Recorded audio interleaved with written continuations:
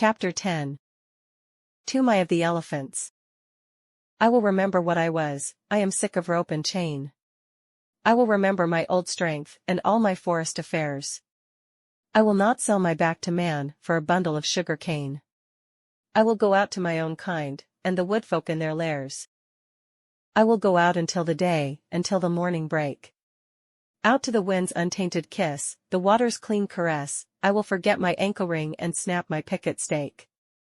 I will revisit my lost loves, and playmates masterless.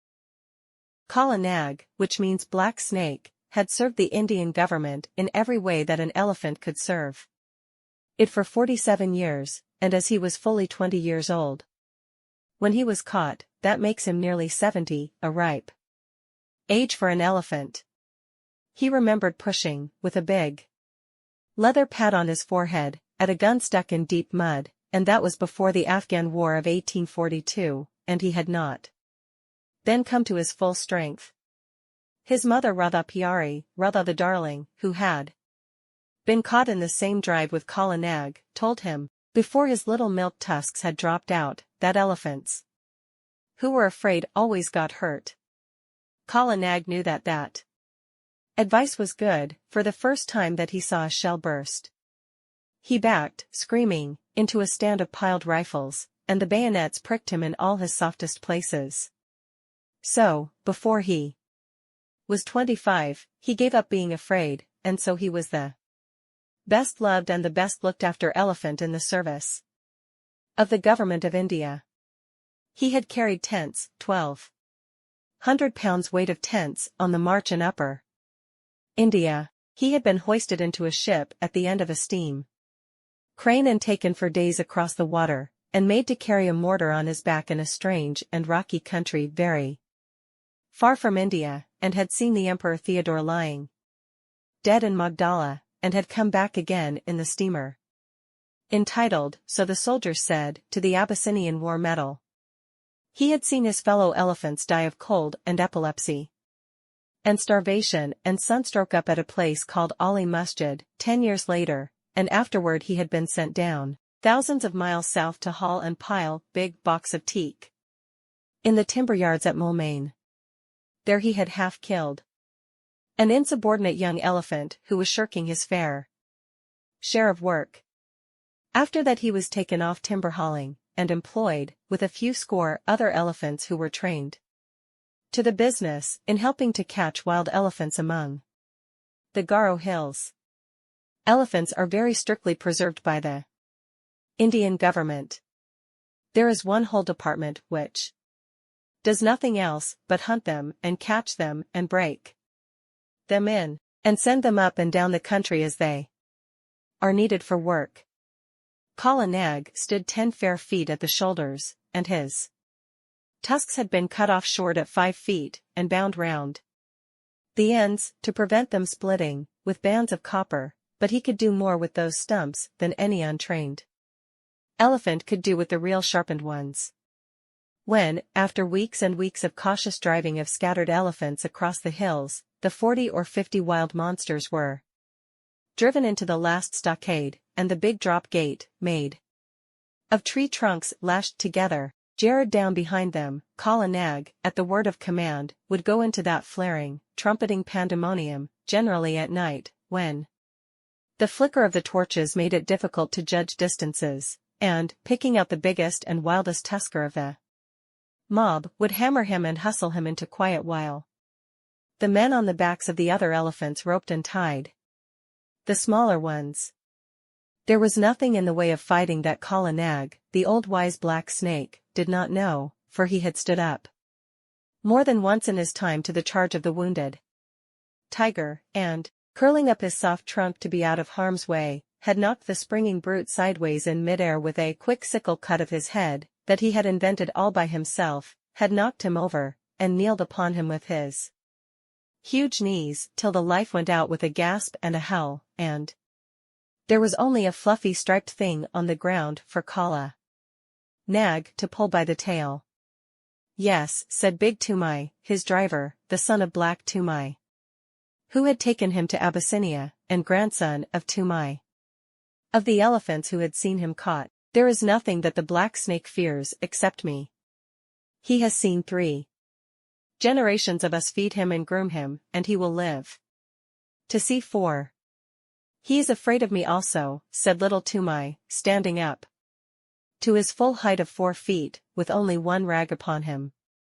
He was 10 years old, the eldest son of Big Toomai, and, according to custom, he would take his father's place on Kala Nag's neck when he grew up, and would handle the heavy iron ankus, the elephant goad, that had been worn smooth by his father, and his grandfather, and his great-grandfather. He knew what he was talking of, for he had been born under Kala Nag's shadow, had played with the end of his trunk before he could walk, had taken him down to water as soon as he could walk, and Kala Nag would no more have dreamed of disobeying his shrill little orders than he would have dreamed of killing him on that day when Big Toomai carried the little brown baby under Kala Nag's tusks, and told him to salute his master, that was to be.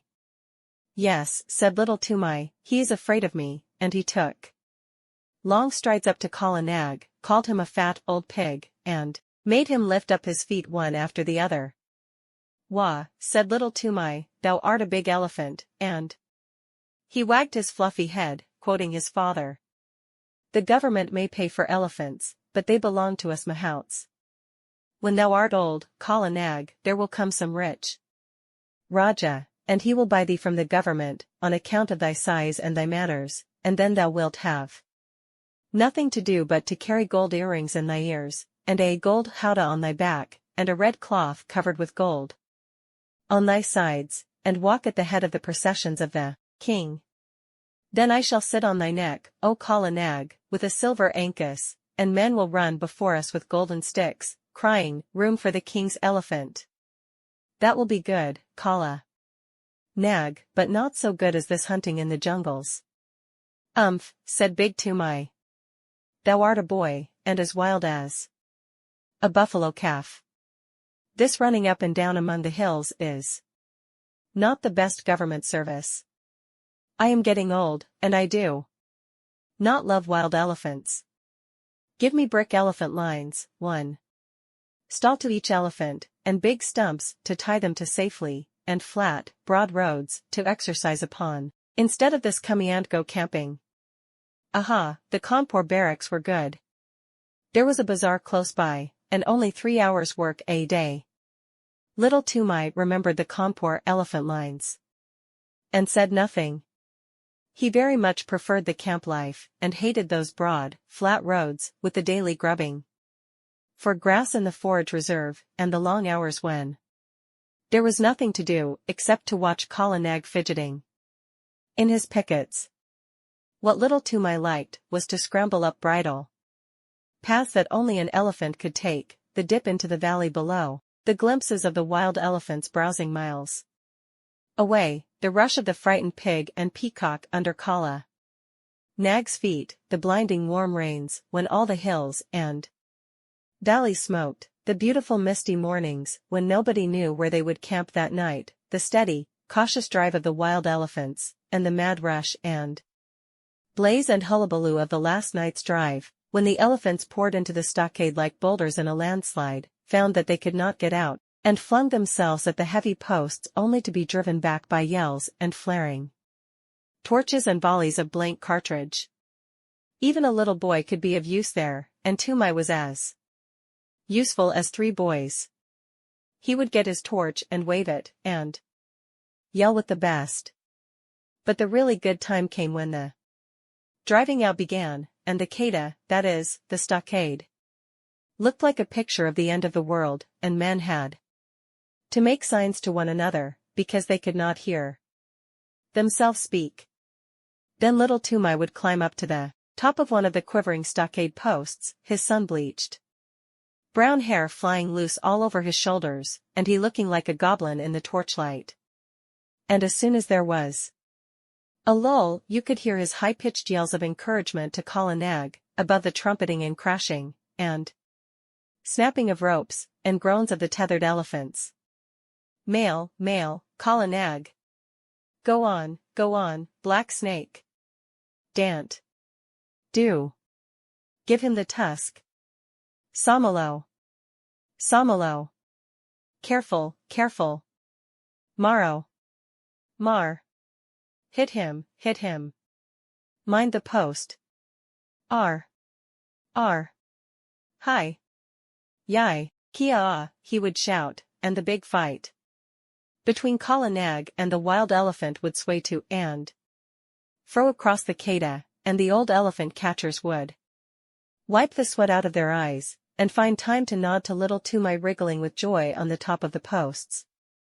He did more than wriggle. One night he slid down from the post and slipped in between the elephants and threw up the loose end of a rope which had dropped to a driver who was trying to get a purchase on the leg of a kicking young calf. Calves always give more trouble than full-grown animals. Kala Nag saw him, caught him in his trunk, and handed him up to Big Toomai, who slapped him then and there, and put him back on the post. Next morning he gave him a scolding and said, "Are not good brick elephant lines, and a little tent carrying enough, that thou must needs go elephant catching on thy own account, little worthless? Now those foolish hunters, whose pay is less than my pay, have spoken to Peterson Sahib of the matter." Little Toomai was frightened. He did not know much of white men, but Peterson Sahib was the greatest white man in the world to him. He was the head of all the Keda operations, the man who caught all the elephants for the government of India, and who knew more about the ways of elephants than any living man. What will happen?" said little Toomai. Happen? The worst that can happen. Peterson Sahib is a madman. Else why should he go hunting these wild devils? He may even require thee to be an elephant catcher, to sleep anywhere in these fever-filled jungles, and at last to be trampled to death in the Keda. It is well that this nonsense ends safely. Next week the catching is over, and we of the plains are sent back to our stations.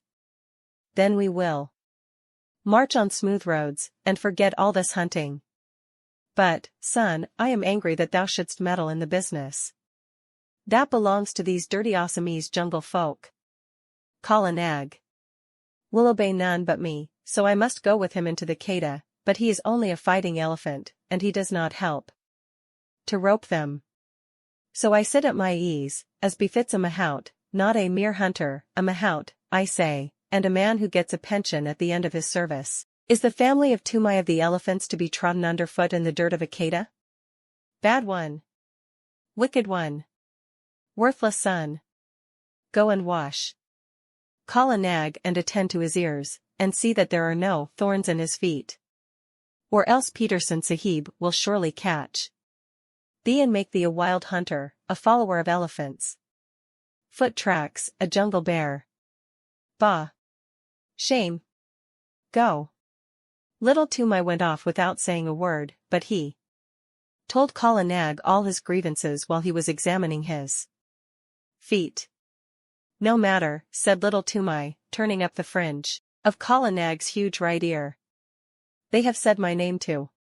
Peterson Sahib, and perhaps. Who knows? Hi. That is a big thorn that I have pulled out. The next few days were spent in getting the elephants together, in walking the newly caught wild elephants up and down between a couple of tame ones to prevent them giving too much trouble on the downward march to the plains, and in taking stock of the blankets and ropes and things that had been worn out or lost in the forest. Peterson Sahib came in on his clever she-elephant Padmini. He had been paying off other camps among the hills, for the season was coming to an end, and there was a native clerk sitting at a table under a tree, to pay the drivers their wages. As each man was paid, he went back to his elephant, and joined the line that stood ready to start. The catchers, and hunters, and beaters, the men of the regular Keda, who stayed in the jungle year in and year out, sat on the backs of the elephants that belonged to Peterson Sahib's permanent force, or leaned against the trees with their guns across their arms, and made fun of the drivers who were going away, and laughed when the newly caught elephants broke the line and ran about. Big Toomai went up to the clerk with little Toomai behind him, and Makwa Appa, the head tracker, said in an undertone to a friend of his, "There goes one piece of good elephant stuff at least. 'Tis a pity to send that young jungle cock to molt in the plains." Now Peterson Sahib had ears all over him, as a man must have who listens to the most silent of all living things, the wild elephant. He turned where he was lying all along on Padmini's back and said, "What is that?" I did not know of a man among the plains drivers who had wit enough to rope even a dead elephant. This is not a man, but a boy. He went into the Keda at the last drive, and threw Barmouther the rope when we were trying to get that young calf with the blotch on his shoulder away from his mother. Makwa Appa pointed at little Toomai, and Peterson Sahib looked, and little Toomai bowed to the earth. He throw a rope? He is smaller than a picket pin. Little one, what is thy name? Said Peterson Sahib. Little Toomai was too frightened to speak, but Kala Nag was behind him, and Toomai made a sign with his hand, and the elephant caught him up in his trunk and held him level with Padmini's forehead, in front of the great Peterson Sahib. Then little Toomai covered his face with his hands, for he was only a child, and except where elephants were concerned, he was just as bashful as a child could be. "Oh ho," said Peterson Sahib, smiling underneath his mustache, "and why didst thou teach thy elephant that trick? Was it to help thee steal green corn from the roofs of the houses when the ears are put out to dry?" "Not green corn, protector of the poor, melons," said little Toomai, and all the men sitting about broke into a roar of laughter. Most of them had taught their elephants that trick when they were boys. Little Toomai was hanging 8 feet up in the air, and he wished very much that he were 8 feet underground. "He is Toomai, my son, Sahib," said Big Toomai, scowling. "He is a very bad boy, and he will end in a jail, Sahib." "Of that I have my doubts," said Peterson Sahib. "A boy who can face a full Keda at his age does not end in jails. See, little one, here are 4 annas to spend in sweetmeats. Because thou hast a little head under that great thatch of hair. In time thou mayest become a hunter too." Big Toomai scowled more than ever. "Remember, though, that Kedas are not good for children to play in," Peterson Sahib went on. "Must I never go there, Sahib?" asked little Toomai with a big gasp. "Yes." Peterson Sahib smiled again. "When thou hast seen the elephants dance. That is the proper time. Come to me, when thou hast seen the elephants dance, and then I will let thee go into all the Kedas." There was another roar of laughter, for that is an old joke among elephant catchers, and it means just never. There are great cleared flat places hidden away in the forests that are called elephants' ballrooms, but even these are only found by accident, and no man has ever seen the elephants dance. When a driver boasts of his skill and bravery, the other drivers say, "And when didst thou see the elephants dance?" Kala Nag put little Toomai down, and he bowed to the earth again and went away with his father, and gave the silver 4 anna piece to his mother, who was nursing his baby brother, and they all were put up on Kala Nag's back, and the line of grunting, squealing elephants rolled down the hill path to the plains. It was a very lively march on account of the new elephants, who gave trouble at every ford, and needed coaxing or beating every other minute. Big Toomai prodded Kala Nag spitefully, for he was very angry, but little Toomai was too happy to speak. Peterson Sahib had noticed him, and given him money, so he felt as a private soldier would feel if he had been called out of the ranks and praised by his commander-in-chief. What did Peterson Sahib mean by the elephant dance? He said, at last, softly to his mother. Big Toomai heard him and grunted. "That thou shouldst never be one of these hill buffaloes of trackers." That was what he meant. Oh, you in front, what is blocking the way? An Assamese driver, 2 or 3 elephants ahead, turned round angrily, crying, bring up Kala Nag, and knock this youngster of mine into good behavior.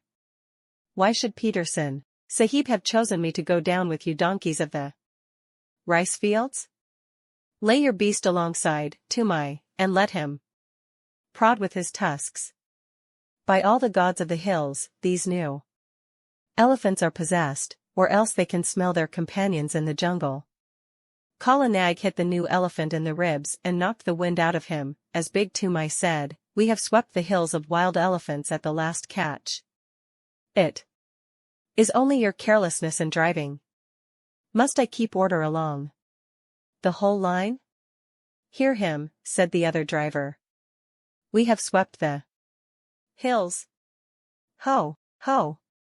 You are very wise, you plains people. Anyone but a mudhead who never saw the jungle would know that. They know that the drives are ended for the season. Therefore all the wild elephants tonight will, but why should I waste wisdom on a river turtle? What will they do? Little Toomai called out. Oh hey, little one. Art thou there? Well, I will tell thee, for thou hast a cool head. They will dance, and it behooves thy father, who has swept all the hills of all the elephants, to double-chain his pickets tonight. What talk is this, said Big Toomai. For 40 years, father and son, we have tended elephants, and we have never heard such moonshine about dances. Yes, but a plainsman who lives in a hut knows only the 4 walls of his hut. Well, leave thy elephants unshackled tonight and see what comes. As for their dancing, I have seen the place where, Baprebap. How many windings has the Dihung River? Here is another ford, and we must swim the calves. Stop still, you behind there. And in this way, talking and wrangling and splashing through the rivers, they made their first march to a sort of receiving camp for the new elephants. But they lost their tempers long before they got there. Then the elephants were chained by their hind legs, too. Their big stumps of pickets, and extra ropes, were fitted to the new elephants, and the fodder was piled before them, and the hill drivers went back to Peterson Sahib through the afternoon light, telling the plains drivers to be extra careful that night, and laughing when the plains drivers asked the reason. Little Toomai attended to Kala Nag's supper, and as evening fell, wandered through the camp, unspeakably happy, in search of a tom-tom. When an Indian child's heart is full, he does not run about and make a noise in an irregular fashion. He sits down to a sort of revel all by himself. And little Toomai had been spoken to by Peterson Sahib. If he had not found what he wanted, I believe he would have been ill. But the sweetmeat seller in the camp lent him a little tom-tom, a drum beaten with the flat of the hand, and he sat down, cross-legged, before Kala Nag as the stars began to come out, the tom-tom in his lap, and he thumped. And he thumped and he thumped, and the more he thought of the great honor that had been done to him, the more he thumped, all alone among the elephant fodder. There was no tune and no words, but the thumping made him happy.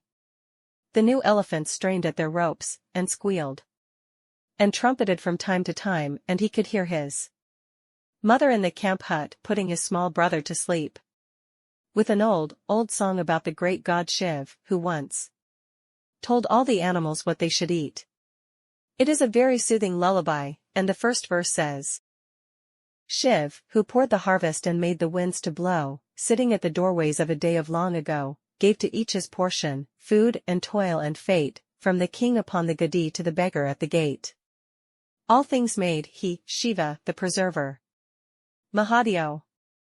Mahadev. He made all. Thorn for the camel, fodder for the kine, and mother's heart for sleepy head, O little son of mine.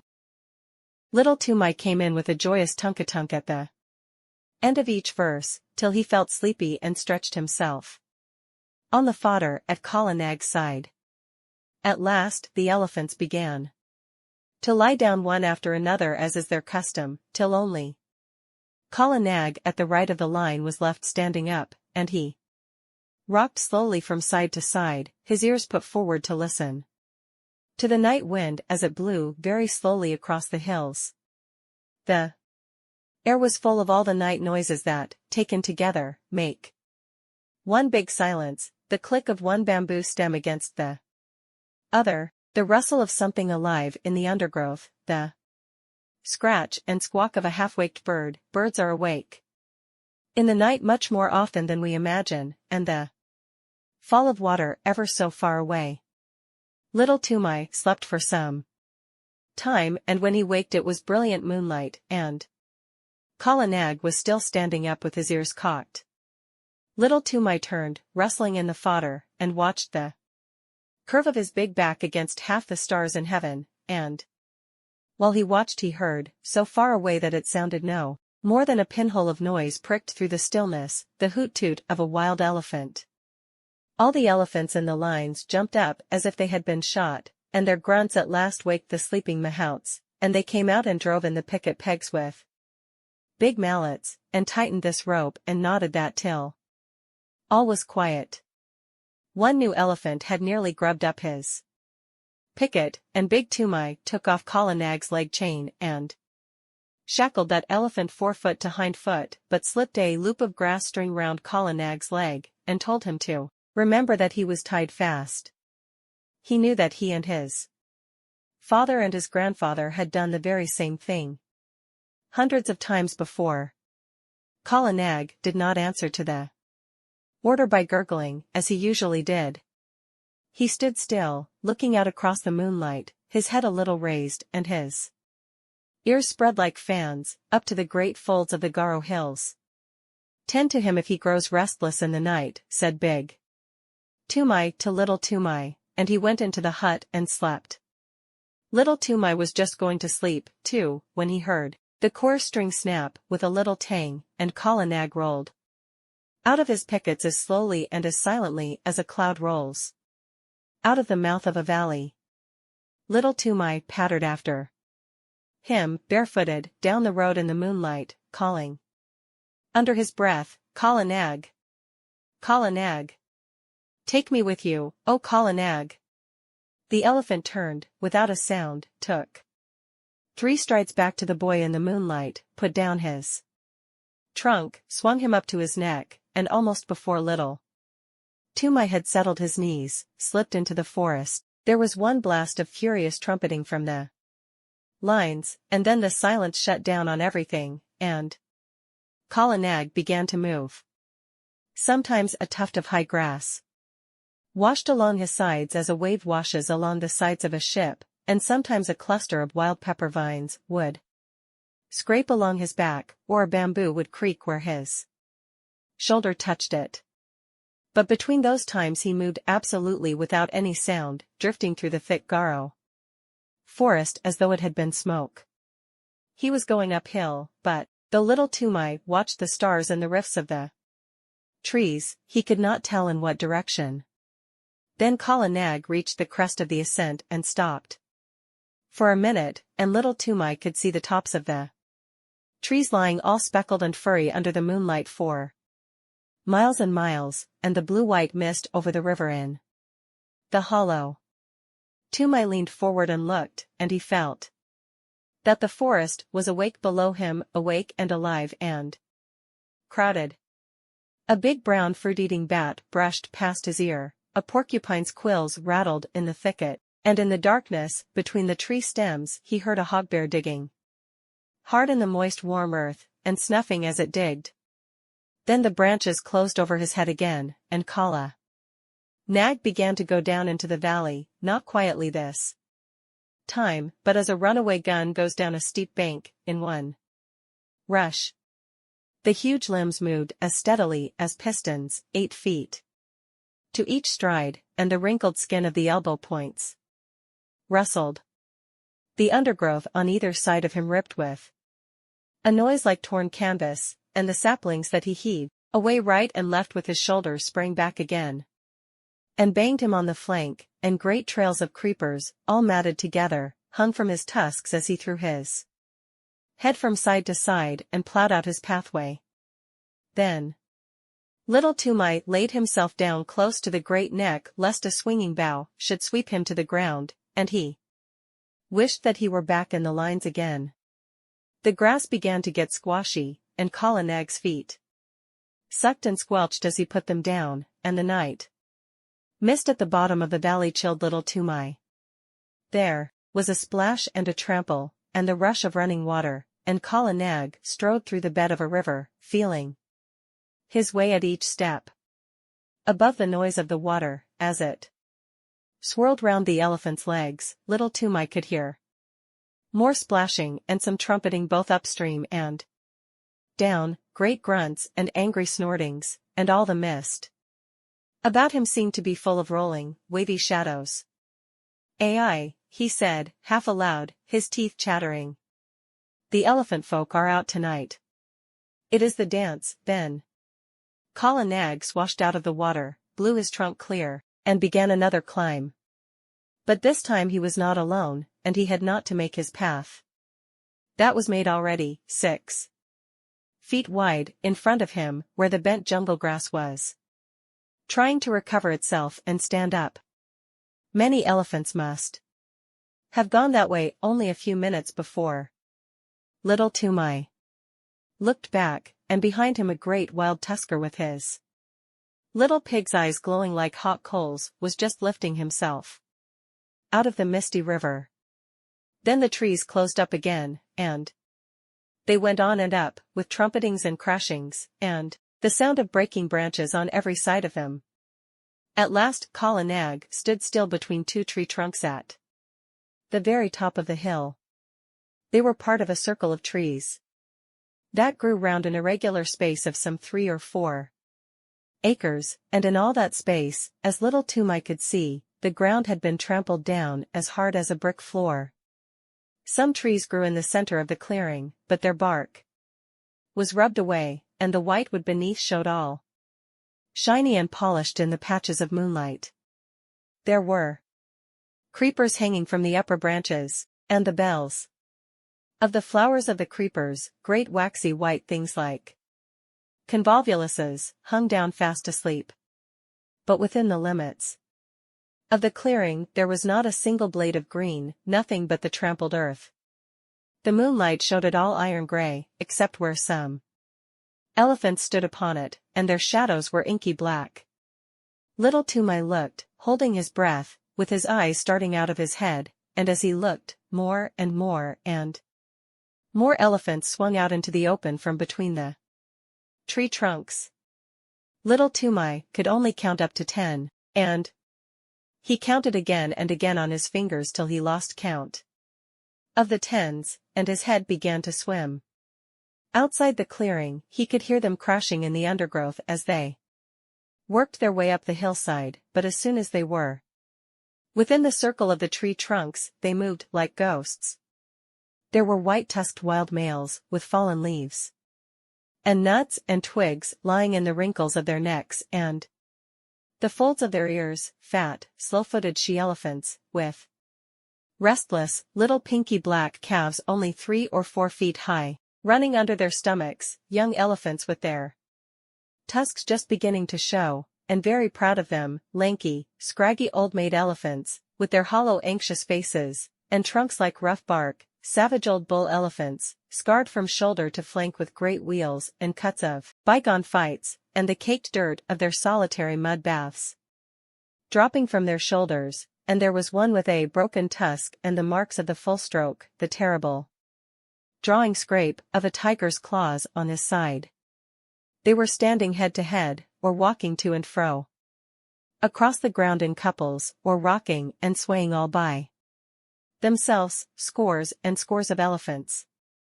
Toomai knew that so long as he lay still on Kala Nag's neck nothing would happen to him, for even in the rush and scramble of a K to drive a wild elephant does not reach up with his trunk and drag a man off the neck of a tame elephant. And these elephants were not thinking of men that night.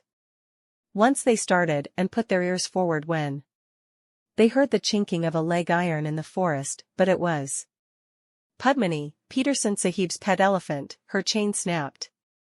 Short off, grunting, snuffling up the hillside. She must have broken her pickets and come straight from Peterson Sahib's camp, and little Toomai saw another elephant, one that he did not know, with deep rope galls on his back and breast. He, too, must have run away from some camp in the hills. At last, there was no sound of any more elephants moving in the forest, and Kala Nag rolled out from his station between the trees and went into the middle of the crowd, clucking and gurgling, and all the elephants began to talk in their own tongue, and to move about. Still lying down, little Toomai looked down upon scores and scores of broad backs, and wagging ears, and tossing trunks, and little rolling eyes. He heard the click of tusks as they crossed other tusks by accident, and the dry rustle of trunks twined together, and the chafing of enormous sides and shoulders in the crowd, and the incessant flick and hish of the great tails. Then a cloud came over the moon, and he sat in black darkness. But the quiet, steady hustling and pushing and gurgling went on just the same. He knew that there were elephants all round Kala Nag, and that there was no chance of backing him out of the assembly, so he set his teeth and shivered. In Akeda, at least there was torchlight and shouting, but here he was all alone in the dark, and once a trunk came up and touched him on the knee. Then an elephant trumpeted, and they all took it up for 5 or 10 terrible seconds.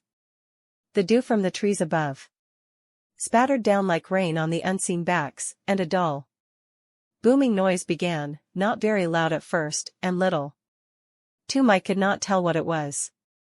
But it grew, and Kala Nag lifted up one forefoot and then the other, and brought them down on the ground, 1, 2, 1, 2, as steadily as trip hammers. The elephants were stamping all together now, and it sounded like a war drum beaten at the mouth of a cave. The dew fell from the trees till there was no more left to fall, and the booming went on, and the ground rocked and shivered, and little Toomai put his hands up to his ears to shut out the sound. But it was all one gigantic jar that ran through him, this stamp of hundreds of heavy feet on the raw earth. Once or twice he could feel Kala Nag and all the others surge forward a few strides, and the thumping would change to the crushing sound of juicy green things being bruised, but in a minute or two the boom of feet on hard earth began again. A tree was creaking and groaning somewhere near him. He put out his arm and felt the bark, but Kala Nag moved forward, still tramping, and he could not tell where he was in the clearing.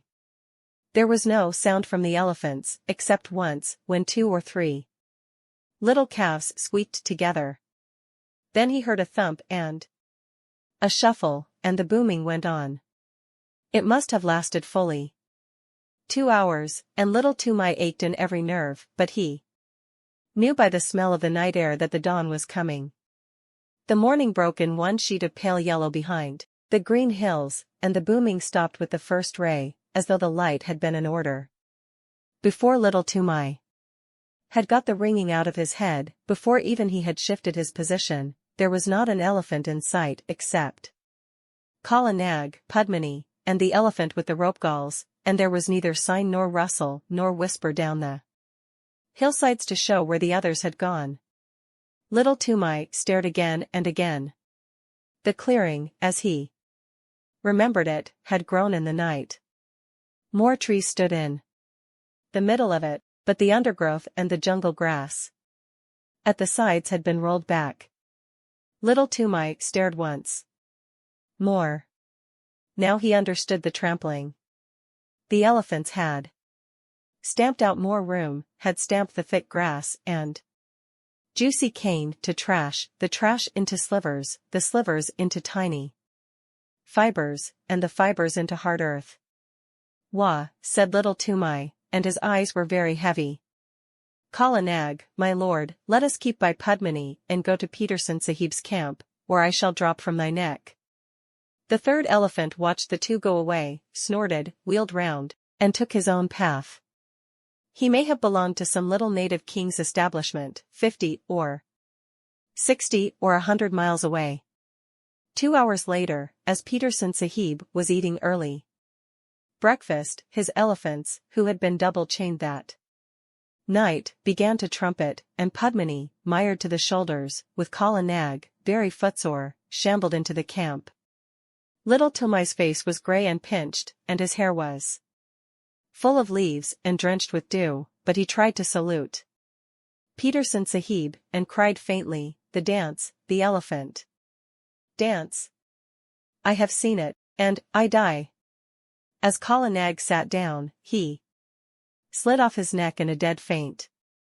But, since native children have no nerves worth speaking of, in 2 hours he was lying very contentedly in Peterson Sahib's hammock with Peterson Sahib's shooting coat under his head, and a glass of warm milk, a little brandy, with a dash of quinine, inside of him, and while the old hairy, scarred hunters of the jungle sat 3 deep before him, looking at him as though he were a spirit, he told his tale in short words, as a child will, and wound up with, "Now, if I lie in one word, send men to see, and they will find that the elephant folk have trampled down more room in their dance room, and they will find 10 and 10, and many times 10, tracks leading to that dance room.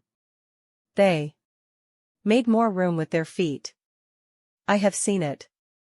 Kala Nag took me, and I saw. Also, Kala Nag is very leg-weary." Little Toomai lay back and slept all through the long afternoon and into the twilight, and while he slept Peterson Sahib and Makwa Appa followed the track of the 2 elephants for 15 miles across the hills. Peterson Sahib had spent 18 years in catching elephants, and he had only once before found such a dance place. Makwa Appa had no need to look twice at the clearing to see what had been done there, or to scratch with his toe in the packed, rammed earth. "The child speaks truth," said he. "All this was done last night, and I have counted 70 tracks crossing the river. See, Sahib, where Padmini's leg iron cut the bark of that tree." Yes, she was there too.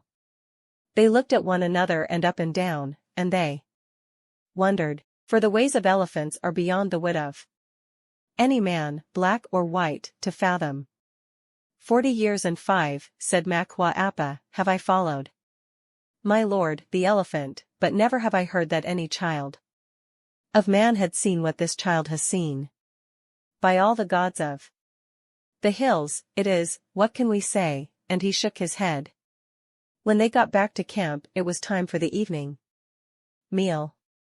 Peterson Sahib ate alone in his tent, but he gave orders that the camp should have 2 sheep and some fowls, as well as a double ration of flour and rice and salt, for he knew that there would be a feast.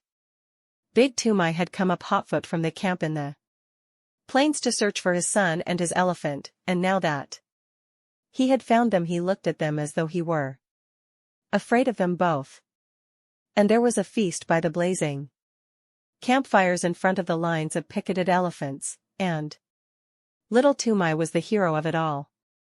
And the big brown elephant catchers, the trackers and drivers and ropers, and the men who know all the secrets of breaking the wildest elephants, passed him from one to the other, and they marked his forehead with blood from the breast of a newly killed jungle cock, to show that he was a forester, initiated and free of all the jungles.